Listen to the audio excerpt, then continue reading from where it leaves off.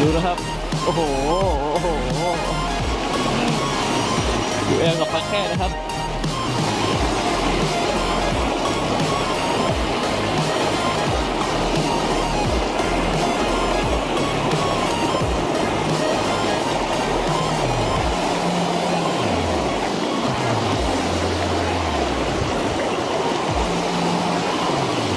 เหนื่อยนะครับเหนื่อยผมเนี่ยไม่ใช่ปลา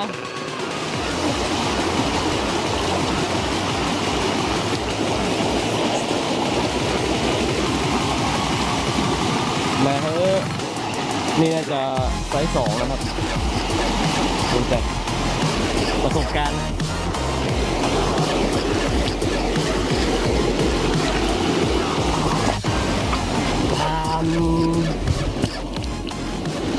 นะครับ